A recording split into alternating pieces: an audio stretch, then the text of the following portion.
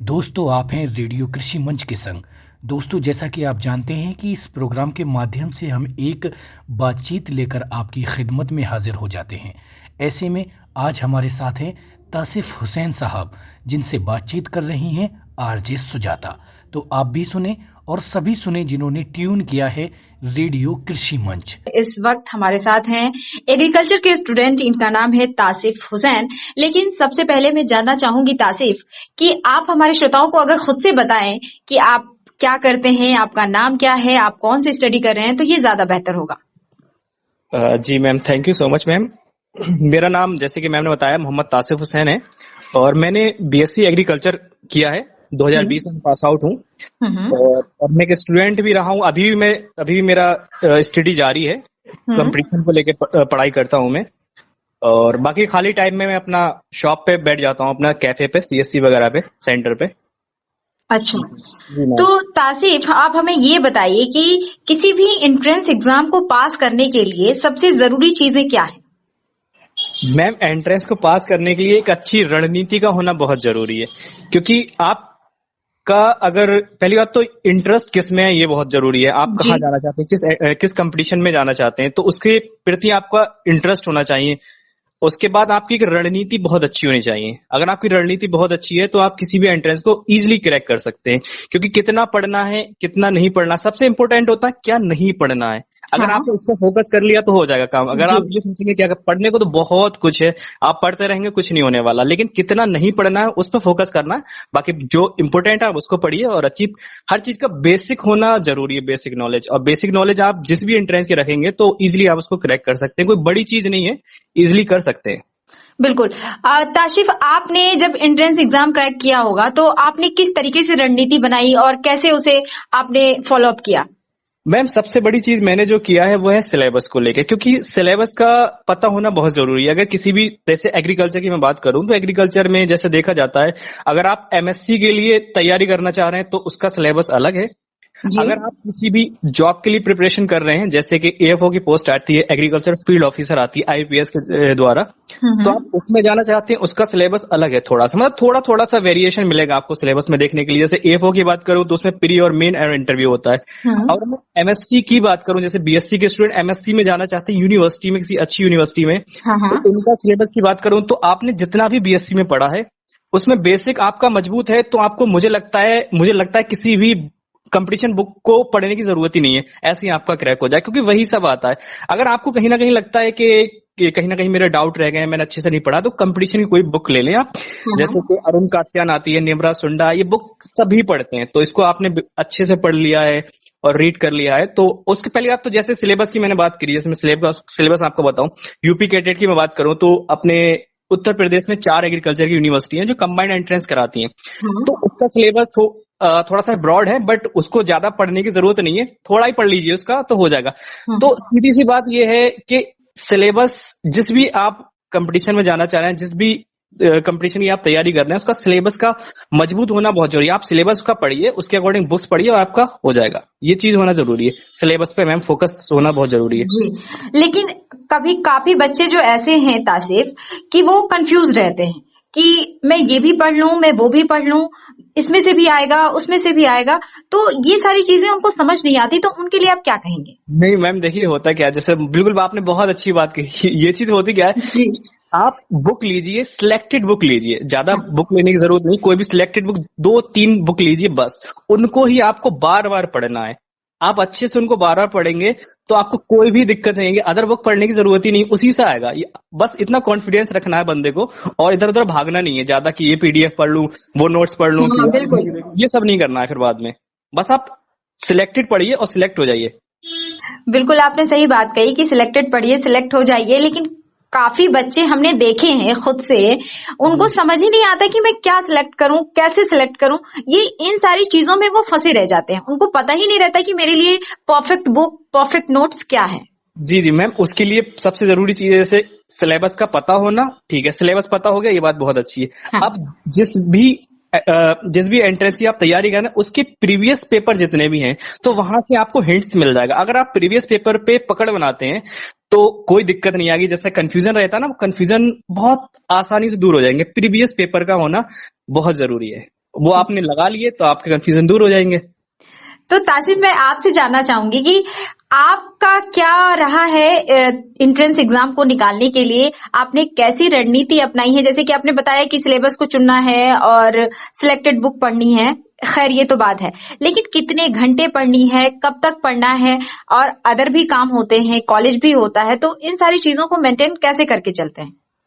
Ma'am होता क्या है, जैसे आपने बोला कि कितने घंटे पढ़ना है, घंटे का मैम कोई भी बुक नहीं कह सकते, क्योंकि घंटे में डिवाइड नहीं कर सकते। हाँ, आप टारगेट बना के जरूर पढ़ सकते हैं। अगर आप कॉलेज में पढ़ रहे हैं तो क्लासेस भी होती हैं, जैसे मॉर्निंग में आपकी 10 से 4 बजे तक या 2 बजे तक क्लासेस है, तो आप उसको पढ़िए।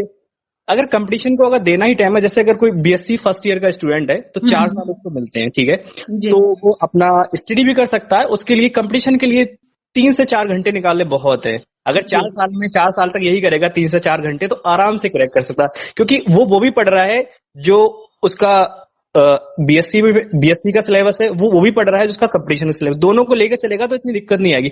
3 से 4 घंटे बहुत ज्यादा नहीं, इतने काफी हैं।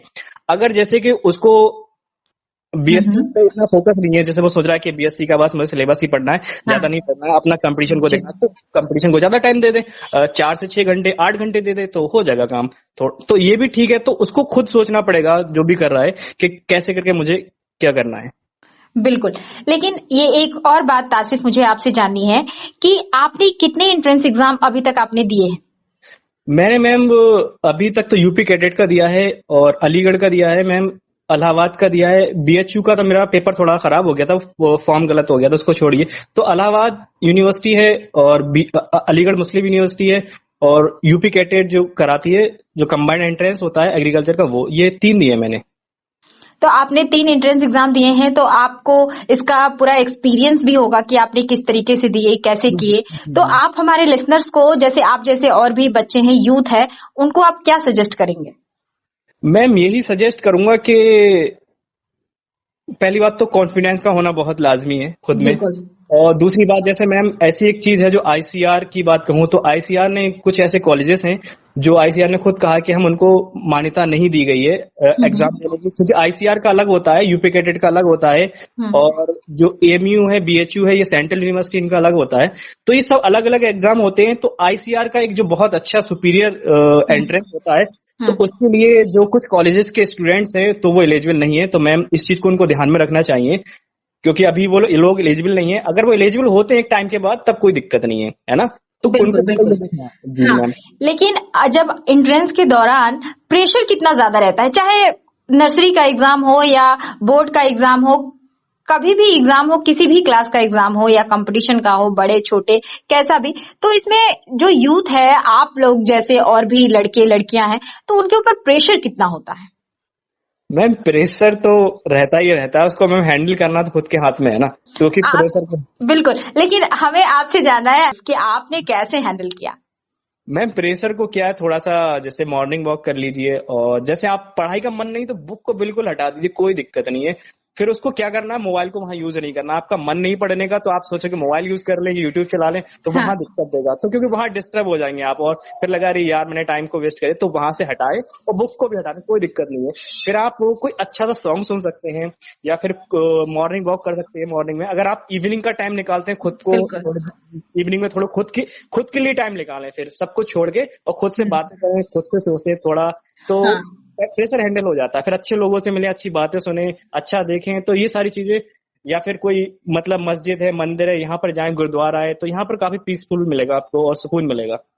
बिल्कुल, लेकिन अब आप हमें ये बताइए कि कुछ बच्चे जो ऐसे हैं कि पास में फोन है, किताबें भी हैं, तो ये सबसे ज्यादा मुश्किल का काम है कि अगर आज के यूथ को कह दिया जाए कि तुम बुक्स खाली पढ़ो और तुम्हें मोबाइल नहीं छूना है, तो वो कितने देर तक, कितने घंटे तक वो फोन से दूर रह सकता है आपके हिसाब से? मैम ये बात तो मैं बताऊं, क्योंकि ये चीज तो मेरे साथ भी बहुत हुई है, लेकिन मैंने खुद को धीरे धीरे कम किया। मैम ये चीज होती क्या है, एज का फैक्ट भी होता है, बिल्कुल, और दूसरी एनवायरमेंट भी होता है, और फिर गाइडेंस आपको कैसी मिली है, तो ये सारी चीजों पर निर्भर करता है। और अगर खुद से इंसान सोचे नहीं यार टाइम वेस्ट हो रहा है, फोन को इतना नहीं चलाना, या फिर खुद पे ये सोच ले कि मुझे 2 घंटे फोन चलाना, उससे ज्यादा नहीं चलाना है। क्योंकि बहुत सारे ऐप ऐसे आ गए फोन के अंदर, आप ऐप डाउनलोड करिए, उसमें लिख कर आ जाता है आपने कितना फोन को चलाया, तो उससे आपको हिंट्स मिल जाएगा कि यार बहुत चला रहा हूँ फोन, तो उसके अकॉर्डिंग आप समझ जाएंगे कि मैं ज्यादा फोन चला रहा हूँ तो उसको कम करूँ, फिर मुझे पढ़ना भी है, तो खुद जी से जी इंसान धीरे धीरे अपना सेटलमेंट कर लेता है। बिल्कुल। तो ताशिफ, आज के समय में आप कितने घंटे अपना फोन यूज करते हैं? मैं बताऊं, क्योंकि मैं तो बहुत यूज करता हूँ, सही बताऊं मैं आपको सच बताऊं। हाँ तो फिर धीरे धीरे मैंने कम करना स्टार्ट कर दिया। अब पहले तो बहुत यूज करता था, जब पढ़ता था तब मैं बहुत कम यूज करता था, मैं आपको बताऊं। लेकिन हाँ फिर एंट्रेंस देने के बाद फिर ऐसा लगा अब तो कोई एंट्रेंस ही नहीं, अब तो छोड़ो, तो फिर हाँ फोन बहुत यूज करा। फिर अरे नहीं, गलत बात है, ऐसा नहीं, फोन को फिर कम करते हैं। क्योंकि धीरे धीरे खुद ब खुद अगर आप खुद से सोचेंगे और खुद को जानेंगे तो चीजें खुद ब खुद ठीक होने लगती हैं, ये भी चीज है कहीं ना कहीं। बिल्कुल बिल्कुल बिल्कुल। तो सबसे ज्यादा जरूरी है टारगेट बना के चलना। जी जी मैम, टारगेट का होना बहुत जरूरी है, कॉन्फिडेंस होना बहुत जरूरी है, ये और फोकस्ड होना अपने लिए, तो ये सारी चीजें बहुत जरूरी हैं। बिल्कुल। और इतने बच्चे समझदार हैं कि उनको ये भी पता है कि क्या सही है क्या गलत है। मैम सबको पता है, ये तो बात तो अब तो सब मैच्योर हो गए धीरे धीरे, क्योंकि टेक्नोलॉजी इतनी हाई हो गई, सब समझदार हो गए। बिल्कुल बिल्कुल। बहुत बहुत शुक्रिया ताशिफ। जी जी, thank you ma'am, thank you so हर मच। कदम हर डगर किसानों का हम सफर। रेडियो कृषि मंच। रेडियो कृषि मंच पर जुटेंगे देश के दिग्गज किसान और कृषि वैज्ञानिक। आप सुन रहे हैं आपके अपने दोस्त इमरान शेख के साथ रेडियो कृषि मंच।